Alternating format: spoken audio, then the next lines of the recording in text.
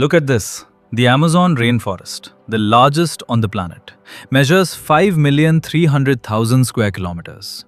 And the second largest, the Congo rainforest, is far behind at 1,700,000 square kilometers. These two figures give you an idea of just how colossal it would be to terraform the world's largest hot desert, the Sahara, which covers 9,200,000 square kilometers. In fact, it's so vast that if it were a country, it would be the fifth largest in the world, very close in size to the United States, China, and Canada. So, what's better? 9 million square kilometers of sand or 9 million square kilometers of forest? The answer to this question isn't as simple as it seems. Some examples of desert terraforming have already been carried out, for instance, in China. This is the Gobi Desert, shared between Mongolia and China, and it's the sixth largest in the world, covering 1,300,000 square kilometers. But the Chinese had a problem. The Gobi Desert was expanding across their territory at a rate of 3,600 square kilometers each year, destroying meadows and farms and forcing entire villages to flee their lands. The Chinese government estimated economic losses of nearly $50 billion annually. So they devised a plan to mitigate the problem: the Great Green Wall, a series of artificially planned windbreak forest barriers. The program began in 1978 and is scheduled to be completed around 2050, at which point it will have a total length of approximately 4,500 kilometers. And what have the results been so far? By 2009, China had already managed to cover more than 500,000 square kilometers, an area comparable to the total surface area of Spain, making it the world's largest artificial forest. Currently, they are reducing the size of the desert by about 2,000 square kilometers per year. Furthermore, the forest has helped absorb carbon dioxide throughout the region. However, the project has received various criticisms, such as concerns that the trees will deplete underground water reserves. Another concern is the lack of diversity in the tree planting, as monocultures make them highly susceptible to disease. This already happened in Ningxia in 2000, when 1 billion planted trees died. There are even fears that the projected completion date of 2050 will fall short and that many more decades will be needed. If we take as a reference point the 2,000 square kilometers that the Chinese reclaim from the desert each year, that translates to terraforming the entire Sahara Desert, taking 4,600 years. And that's despite China having far more resources and a larger population than the African countries. A similar project is already underway in Africa's Sahel region, which spans these 10 countries horizontally. This region is the transition zone between the arid desert and the humid savanna. But just like in China, the Sahel region is suffering from the constant southward expansion of the Sahara Desert, an area already plagued by famine and terrorism. For now, however, efforts are being made to curb the Sahara problem. Conceived in 2007, the Great Green Wall of the Sahel aims to have 1 million square kilometers completely covered in trees by 2030. However, as of 2023, only 18% of the project had been completed, due to broken promises, delays, and poor coordination among all participants. The Sahel countries have not allocated any funds in their budgets for the project. They are solely relying on external funding, whether from the European Union, the African Union, or other sources. Therefore, the 2030 completion target seems highly unlikely. And if a project like this is already showing signs of fatigue and collapse, imagine trying to cover an area 9 times larger than the Sahel region. But before we get pessimistic, let's analyze the Sahara terraforming project in more detail. First of all, the correct term is not terraforming, but afforestation. At first glance, introducing vegetation to the Sahara might seem complicated, because the first major question arises: where will so much water come from? The answer is desalination. This technology is advancing rapidly, but it's something we'll examine in more detail later. For now, let's focus on another fundamental element: the trees. Selecting the right tree species is crucial. They must be adapted to the subtropical climate, evergreen, fast-growing, and commercially viable. One of the best candidates is the eucalyptus. It grows quickly and is useful for the production of timber, paper, and essential oil.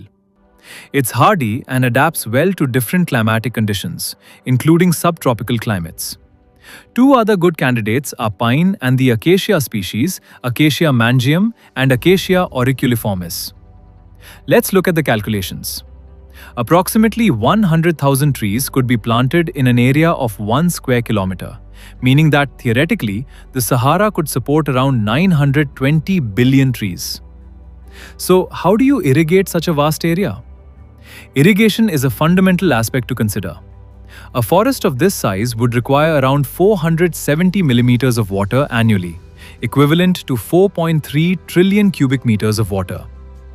One potential source could be the world's largest underground aquifer, containing 2,500,000 square kilometers of water, located beneath the Sahara and shared by Egypt, Libya, Sudan, and Chad. The Nubian aquifer system is estimated to hold around 150,000 cubic kilometers of water. This means that the immense forest could be irrigated for the first 35 years of its life. There's just one small problem. Aquifer water is non-renewable. Therefore, after these 35 years, the aquifer would be permanently depleted. Furthermore, given the high water demand from the population throughout the region, it might not be wise to rely entirely on this source. For this reason, water desalination, particularly driven by technological advancements in countries like Israel, Saudi Arabia, and the United Arab Emirates, plays a crucial role. Although it is a costly and energy-intensive method, its efficiency is improving. In 1970, it required between 20 and 30 kilowatt-hours per cubic meter. Currently, only about 3 kilowatt-hours are required to desalinate 1 cubic meter of water. However, it's important to consider that the average elevation of the Sahara is 450 meters, requiring an additional 2.5 kilowatt-hours to pump the water uphill. In total, we're talking about 5.5 kilowatt-hours per cubic meter. So where would we get all that power? Solar energy, abundant in the region, would be the ideal energy source for the process. For the total of 4.3 trillion cubic meters of water, we would need to generate about 23,650 terawatt-hours. Estimating an approximate cost of 10 cents per kilowatt-hour, this translates to a total cost of $2.365 billion. And that's just for the water. This doesn't include infrastructure costs, which would significantly increase this figure, possibly approaching trillions. And financing such a project by the African countries that inhabit the Sahara would be a practically unsustainable task, requiring foreign funding. So, let's imagine the project is carried out. What would the results be? At the local level, the effects of such a project would be significant, especially in terms of temperature. This is because the increased soil moisture causes an evaporative cooling effect, which in turn would seed clouds and increase local rainfall, reducing ongoing irrigation costs, particularly during the driest months of May to October. It's important to note that the evaporative cooling that would occur locally would not lower global temperatures, as it only redistributes heat within the Earth's atmosphere. Furthermore, the change in albedo, that is, the percentage of radiation that any surface reflects relative to the radiation that strikes it, would have to be considered. In other words, how much radiation bounces back. Replacing a light-colored desert with a dark-colored forest would decrease the reflection of radiation, potentially increasing global temperatures. However, cloud formation in the Sahara could offset this effect to some extent, making the final outcome difficult to predict. Some studies suggest that reforesting the Sahara could increase global temperatures by 0.12 degrees Celsius by 2100. But these studies did not account for the effect of cloud formation. On the positive side, it is estimated that all the trees planted in the Sahara would contribute to a decrease in global temperatures. The Sahara would help capture between 6 and 12 gigatons of carbon dioxide annually for a century, representing between 16 and 33% of our annual emissions. On a more negative note, another crucial factor to consider is the Sahara's role in fertilizing the Amazon rainforest. Sand carried by the wind from the Sahara to the Amazon provides essential minerals for this rainforest region. Without the desert, the flow of nutrients would cease entirely, impacting both aquatic and terrestrial plants and consequently the animals that inhabit them. Furthermore, any project of this magnitude is subject to countless unforeseen events, many of which are still unknown. The complexity of intervening in such vast and delicate natural systems requires careful consideration of the potential consequences, both anticipated and unforeseen. In the past, the Sahara was already green until about 5,000 years ago, during Africa's humid period. So, technically, we are restoring the Sahara Desert to its previous state. Nothing that hasn't already happened in the area. But what if the Sahara doesn't want to be green? Think about the global impact of a transformed Sahara. Beyond the climate consequences, what stories emerge from a new world? How do the cultures, economies, and geopolitics surrounding a gigantic green forest change? We're not just talking about capturing carbon or increasing biodiversity here. We're talking about rewriting the narrative of a continent, about opening a completely new chapter in its history. Perhaps we should ask the Berbers what they think of the project. Maybe the most revolutionary project of all isn't the one that seeks to transform the desert into a forest, but the one that aspires to understand and preserve the wild and untamed beauty of our planet, just as it is. What about you? Do you think it's a good idea to reforest the Sahara Desert?